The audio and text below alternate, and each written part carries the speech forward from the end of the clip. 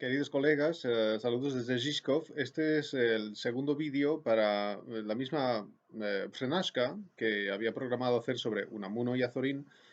Y como acabo de decir en el vídeo anterior, que ya estaba siendo muy largo, tengo miedo de que luego no se grabe bien, pues lo he partido en dos, ¿no? Entonces continúo, es como la segunda parte, pero que está en la misma foto, que alude a la misma fotocopia número 4, ¿verdad? Acabo de hablar de Unamuno y ahora voy a hablar un poco, intentaré ser breve, intentaré ser breve,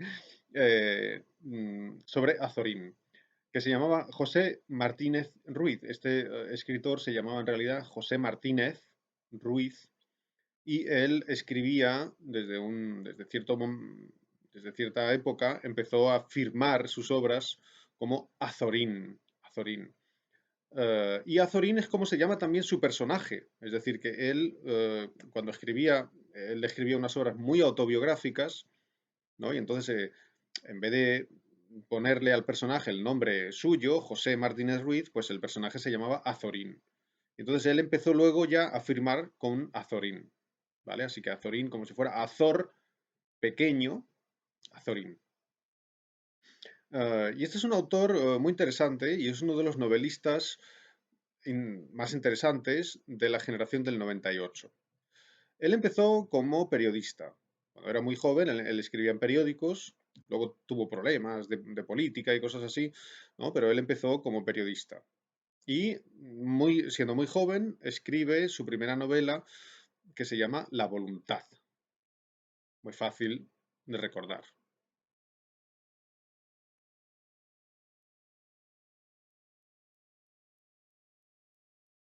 La voluntad es del año 1902 y es la primera novela de una trilogía. Es como un grupo de tres novelas que aparecen en 1902, 3 y 4, o sea, una cada año, ¿no? Y son como una especie de ciclo. La segunda es Antonio Azorín. Fijaros, Antonio Azorín, esto es el título de la obra. Y el autor es José Martínez Ruiz, pero firmaba como Azorín, ¿no? Así que la segunda novela se llama Antonio Azorín, que es el personaje. Y la tercera novela se llama Las confesiones de un pequeño filósofo. Y las tres son preciosas,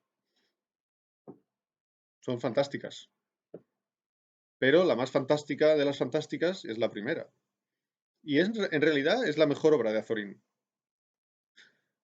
Como veis aquí, por ejemplo, en la edición de Castalia, que la hace Inman Fox, pone José Martínez Ruiz Azorín. Lo veis abajo, ¿no? José Martínez Ruiz Azorín. Bien, entonces, después él escribió algunas obras muy interesantes, como por ejemplo Castilla, que es una especie de colección de cuentos, entre ensayos y cuentos, y es fantástica. Pero, bueno, al final de su vida tiene unas novelas que son seguramente peores, ¿no? En fin, entonces lo mejor de su... Luego tiene muchos ensayos, ¿no? Y muchísimas obras interesantes, ¿no? Pero quizá lo mejor de su producción está al principio. Y yo creo que su mejor novela es esta, La voluntad, que es una obra maestra del año 1902, repito. Azorín era un autor que tenía un interés por la filosofía, lo mismo que Unamuno, y lo mismo va a pasar con Baroja y lo mismo con Machado, etc. Todos los autores del 98 leen mucha filosofía. Los autores preferidos de Azorín eran, para decir alguno, Montaigne, Montaigne y Schopenhauer. Montaigne es un filósofo relativista, un ensayista o un filósofo francés, Michel de Montaigne, escrito Montaigne, es un filósofo del siglo XVI, digamos un poco anterior a Cervantes, ¿vale? Así que fijaros, un filósofo antiguo. Y Montaigne, la filosofía de Montaigne, básicamente consistía en una especie de escepticismo o racionalismo. Es decir, Montaigne decía que el hombre no está seguro de la verdad, que no podemos estar seguros de la verdad, no podemos conocer la verdad. que todo se está siempre moviendo, que las cosas parecen verdad, luego no luego parecen otra cosa, ¿no? Cada vez las cosas parecen algo diferente, ¿no? Todo está en movimiento y el hombre nunca está seguro, no sabemos bien lo que pasa. Entonces, Azorín es un filósofo también, en ese sentido, escéptico o relativista. Tiene la sensación de que, bueno, el hombre conoce algo, pero nunca está seguro, ¿no? Y entonces vamos por el mundo, pues, como a ciegas, ¿no? El hombre está ciego, no sabe bien por dónde va, ¿no? Y claro, eso produce una especie de angustia en Azorín. A Azorín eso le produce angustia. Esa sensación de no saber le produce una angustia y también una melancolía, ¿no? Y esto es lo que le pasa al personaje de la voluntad, que está siempre melancólico, ¿no? Va por ahí, da paseos y dice, bueno, no estoy seguro de nada, ¿no? Y, es decir, es un personaje, digamos, existencialista o pre-existencialista. Se parece mucho a Augusto Pérez de Unamuno, ¿no? Es decir, al protagonista de Niebla, que también va por ahí, va como dando tumbos, ¿no? O sea, va sin saber muy bien hacia dónde tiene que ir, ¿no? Está perdido. El personaje de la voluntad está perdido también. Y lo mismo pasa con la segunda novela y la tercera, pero son muy raras. La segunda y la tercera son más raras aún, pero básicamente la experiencia es muy parecida. Así que, por una parte, influencia de Montaigne, pero también, y mucho más importante, claro, lo más importante, influencia de Schopenhauer. ¿Y en qué consiste la filosofía de Schopenhauer, de este señor, de este alemán, nacido en Gdansk, la ciudad que hoy es una ciudad polaca, ¿no? Y en alemán se llama Danzig, pero él escribía en alemán, lógicamente, ¿no? Porque era prusiano, digamos. Entonces, ¿en qué consiste la filosofía de Schopenhauer? Que es una filosofía de principios del siglo XIX y que enlaza con la filosofía de Kant. Pero esto explicarlo sería muy largo, evidentemente. Bueno, pues eh, la obra más importante de Schopenhauer se llama El mundo como voluntad y representación. El mundo como voluntad y representación. Die Welt als Wille und Vorstellung. El mundo como, es decir, el mundo entendido o el mundo comprendido en tanto que, como y a costo, voluntad y representación. Y entonces hay que entender bien, o sea, en otras palabras, lo que decía Schopenhauer es que el mundo es básicamente la voluntad. El mundo es Wille, que es en alemán voluntad. ¿Y qué sentido tiene esto? Eh, pues eh, Schopenhauer decía que las cosas, la cosa en sí, para esto hay que saber un poco de filosofía kantiana, la cosa en sí, o sea, el mundo tal y como el mundo es para sí mismo, no como yo lo veo, sino como ello es, la verdadera realidad de la realidad, la Ding an sich, o sea, la realidad tal y como ella es, dice Schopenhauer, es voluntad. Y utiliza la palabra alemana Wille.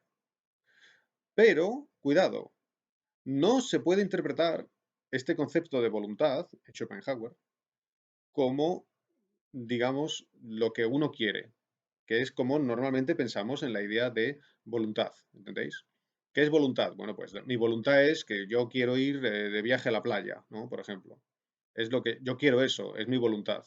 Pero no lo decía Schopenhauer en este sentido, ¿entendéis? Cuando utiliza la palabra Wille, él se refiere a otra cosa.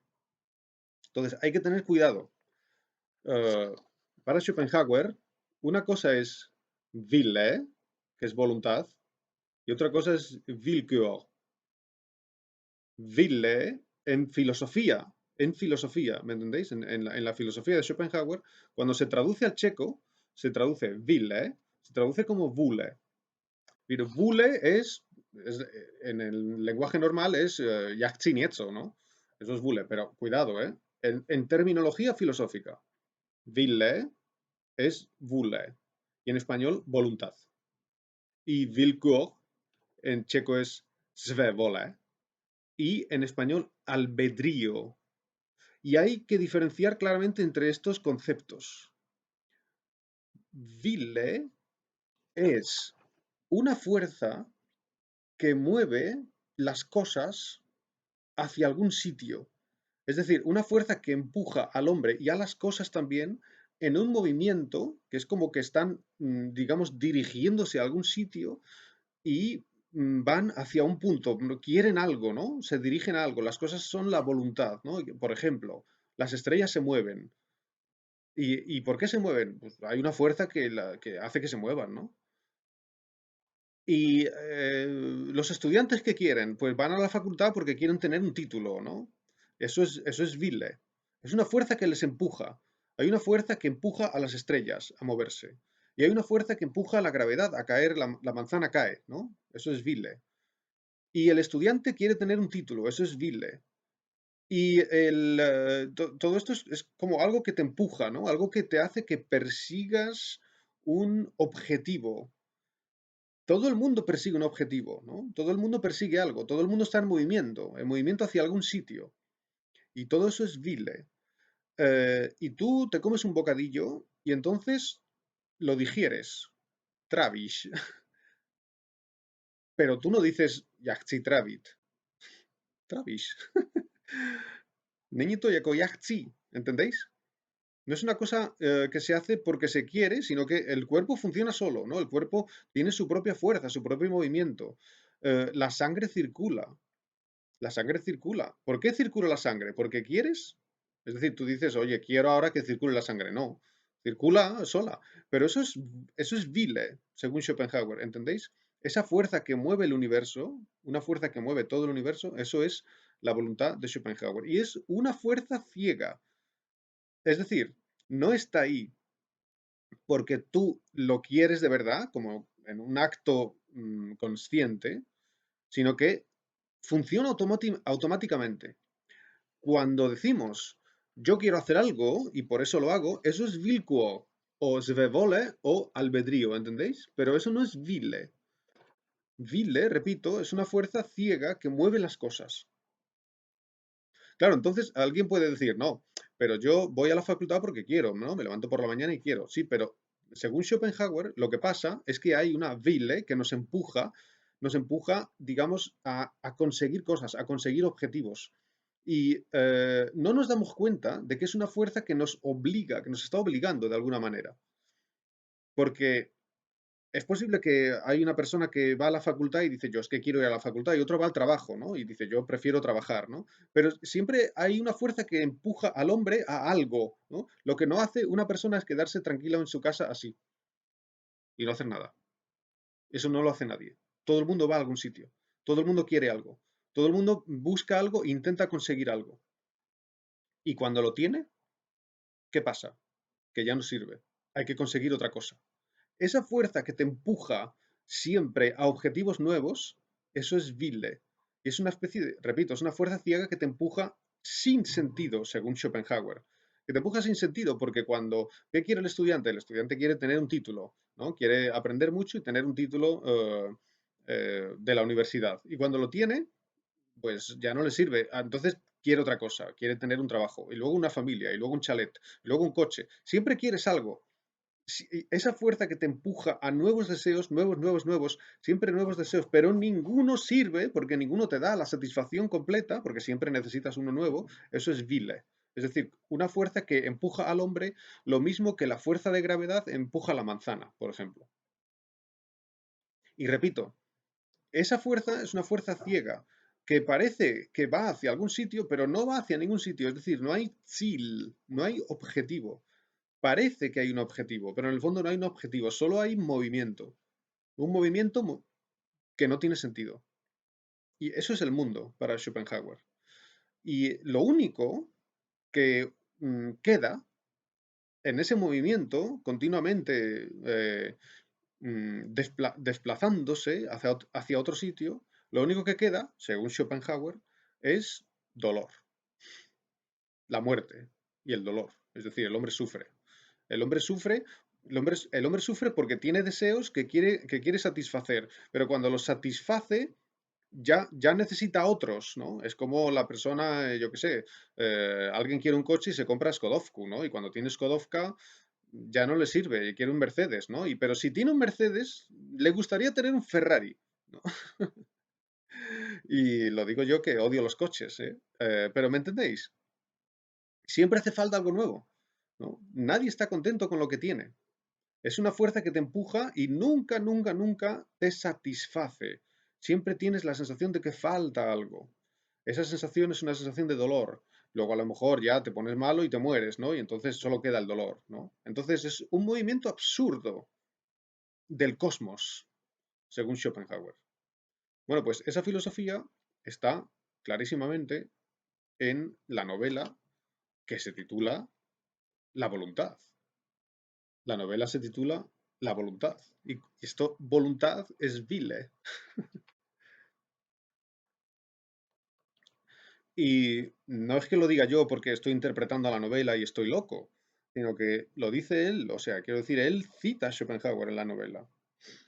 Si utilizáis esta versión, está en la página, esta edición de Castalia, muy buena, en la página 218, 219, dice el personaje, bueno, el narrador, ¿no? Dice, un hombre que compone un maravilloso poema o pinta un soberbio lienzo es tan autómata, o sea, como un robot, como el labriego que alza y deja caer el azadón sobre la tierra o el obrero que da vueltas a la máquina, perdón, a la manivela de una máquina. Es decir, que un artista, dice, es como un obrero que está en la fábrica haciendo así. Es decir, es como un autómata, ¿no? Es decir, todos somos como robots. Todos vamos a algún sitio, todos queremos algo, todos buscamos algo, pero en el fondo somos como robots, porque nos empuja una fuerza que no conocemos, ¿no? Si lo supiéramos, nos quedaríamos parados, porque de todas formas no sirve para nada, ¿entendéis? Y sigue diciendo, los átomos son inexorables. Um, ellos llevan las cosas en combinaciones incomprensibles hacia la nada. Dice, los átomos llevan las cosas en combinaciones incomprensibles, o sea, pasan cosas incomprensibles, ¿hacia dónde? Hacia la nada. Y ellos hacen que esta fuerza misteriosa que Schopenhauer llamaba voluntad y Forshammer fantasía se resuelva en la obra artística del genio o en la infecunda del crimen. O sea que la fuerza que Schopenhauer llamaba voluntad hace que a veces un hombre sea un genio y otro hombre sea un criminal. ¿Por qué? Pues como por azar, ¿no? No tiene sentido. Así que la vida del hombre no tiene sentido. Es una especie de movimiento giratorio donde solamente hay sufrimiento y nada más. No es una filosofía muy optimista. Entonces, mirad la fotocopia número 4 y aquí hay un fragmento de la novela La voluntad, que yo recomiendo que leáis. Es una novela maravillosa. Y ya, ¿qué pasa aquí? Pues el personaje ha ido a pasear. Pasea mucho por Madrid. La novela sucede en Madrid. El personaje va a pasear a Madrid, por Madrid. Y siempre ve la realidad, ve a la gente, ¿no? Y siempre está muy triste de lo que ve, ¿no? Pero no por política, es decir, no es, ¿me entendéis? No es el problema no es el problema de España, es un problema filosófico. Él no dice España es un desastre y todo eso, no, dice la vida es un desastre. Entonces, él está paseando, en este capítulo, está paseando por una zona de Madrid que se llama Ventas.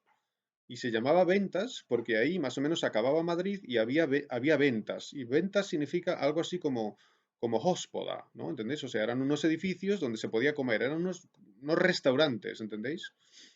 Entonces la gente iba ahí, daba paseos y luego entraba en un sitio, en una especie de hóspoda o kiosк o algo así, ¿entendéis? Y entonces comían y luego volvían a casa. Y era popular, era un sitio muy popular. Y eso hoy existe, en Madrid existe el barrio que se llama Ventas, ¿no? Ventas, por eso se llama así, pero ya no hay ventas, claro, porque ahora está dentro de Madrid, ¿entendéis? Ya Madrid ha crecido, y entonces ahí está la famosa Plaza de Toros de Madrid. Eh, y él habla de la Plaza de Toros ahí también, ¿no? En este capítulo dice, se ve la Plaza de Toros, etcétera, ¿no? ¿No? Y entonces él, esto no lo tenéis en la fotocopia, esto, lo que voy a leer ahora no está en la fotocopia, es un poco antes, ¿no? Y dice, pasa un coche fúnebre negro, pasa un coche fúnebre blanco, ¿no? O sea que continuamente hay un movimiento. ¿Y hay un movimiento de qué? De coches fúnebres. Coche fúnebre significa coche que lleva a un muerto, a una persona que está muerta y van al entierro. Y entonces dice, pasa un coche fúnebre negro, porque es de color negro porque se ha muerto alguien, y luego pasa uno que es también fúnebre, pero es blanco. ¿Por qué blanco? Porque cuando era un niño, el que moría, entonces el coche era blanco y el ataúd era blanco también. Y a principios del siglo XX morían muchos niños, ¿no? Había una alta mortalidad infantil, pues porque no había medicinas, porque no había higiene, ¿me entendéis? Entonces los primeros años de la vida eran muy arriesgados, ¿no? Cuando tenían los niños un año o dos, tenían- había muchas enfermedades y no sabían curarlas bien, ¿no? No había vacunas, ¿me entendéis? Entonces hay muchos niños que se mueren, ¿no? Y él habla de eso aquí, ¿no? Más allá del puente, en un barracón, en un barranco, perdón, más allá del puente, en un barracón, o sea, en una hóspoda, empinan vasos, devoran chuletas. O sea que la gente está comiendo, ¿no? Empinan vasos significa hacen así con el vaso para beber, ¿no? Dice, devoran chuletas, o sea, Gero, Cotletti. O sea, la gente come mucho y bebe, ¿no? Porque es un sitio donde hay restaurantes, pero al mismo tiempo pasan los coches de la muerte, digamos, ¿no? Y los féretros casi pasan rozando las mesas, mientras los organillos prosiguen inacabables. Es decir, que la vida y la muerte están muy juntas, ¿no? Pero no se dan cuenta, la gente no se da cuenta, la gente no dice, mira, cuánta gente se muere aquí, ¿no? Sino que están ahí bebiendo, ¿no? Y no les da igual, ¿no? Que mueran niños o que muera gente, da igual, ¿no? Y un poco más abajo, y esto está en la fotocopia ya, podéis leer, ¿no? Dice, Azorín camina por la carretera del este. Y en lo alto de la verdosa loma, en medio de un gran recuesto tapizado de césped, se detiene y contempla la lejanía. Entonces mira el paisaje, Azorín. El telégrafo rezonguea sonoramente. Un gallo canta. Por la carretera van lentamente coches negros, coches blancos. Ahí lo tenéis. Vuelven precipitados coches negros, coches blancos. Detrás los reapers repletos de figuras negras cascabelean. O sea, coches o carros que están llenos de gente y que van riéndose y van de fiesta, ¿no? Dice cascabelean, o sea, hacen sonido de cascabeles. Cascabelean. Los simones en larga hilera espejean al sol en sus barnices. Enfrente, sobre una colina verde, destacan edificios rojizos que marcan su silueta en el azul blanquecino del horizonte, y un enrejado de claros árboles raya el cielo con su ramaje seco. A la derecha aparecen los grandes cortados y socavones amarillentos de los tejares, o sea, como fábricas donde hacen tejas, o sea, streji. Mm, Me he perdido. Ah, de los tejares. Y acá y allá los manchones rojos de las pilas de ladrillos, o sea, hacen tejas y ladrillos. Chigli, chigli, chiglai es ladrillo. Más lejos, cerrando el panorama, la inmensa mole del Guadarrama, o sea, la montaña. A lo lejos está la montaña, con las cúspides blancas de nieve, con aristas y resaltos de azul negruzco. Dos, tres blancas humaredas. Está viendo el paisaje, ¿no? Está viendo, digamos, esa especie de danza de la muerte y de la vida. Pasan los coches de muertos y pasan los coches de gente que va de fiesta, ¿no? La muerte, la vida, la muerte, la vida, la muerte, la vida, girando, girando, girando.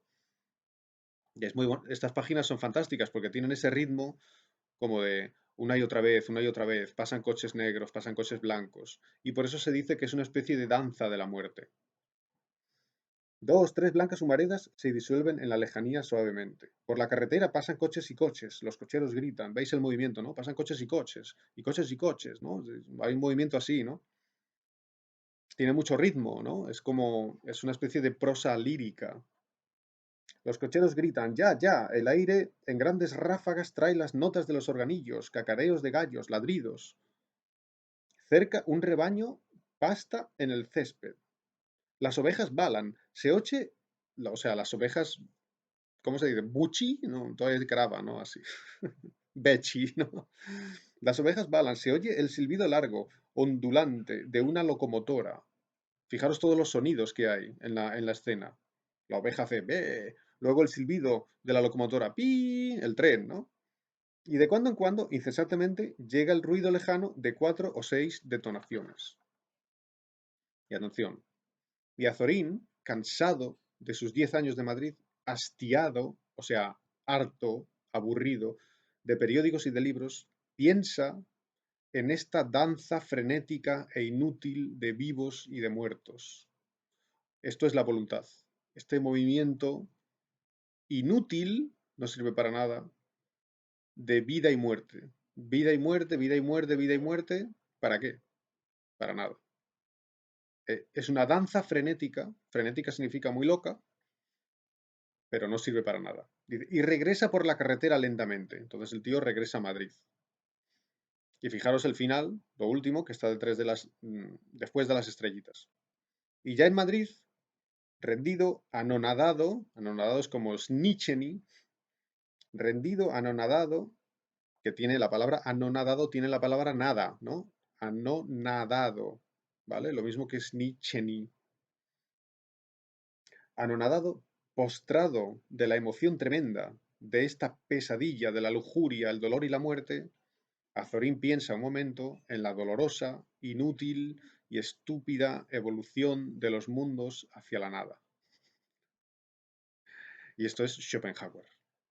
Así que aquí veis, como decía en el primer vídeo, hay que verlos juntos, que la generación del 98 está recogiendo ideas de los filósofos del siglo XIX, como por ejemplo Schopenhauer, y que aquí, en otras obras puede aparecer el tema de España, pero aquí la clave es la filosofía existencial que se está desarrollando poco a poco en el siglo XIX, digamos, y luego en el siglo XX, claro. A veces se habla de preexistencialismo en el siglo XIX, pero más o menos es parecido. Y esta es la idea que recoge y que se refleja en muchos libros de la generación del 98. No el problema de España, ¿no? Así que, bueno, con esto termino, creo que es suficiente, incluso demasiado, y espero, ojalá podamos vernos todavía en clase, ¿no? A ver si esto acaba rápido. Muchas gracias.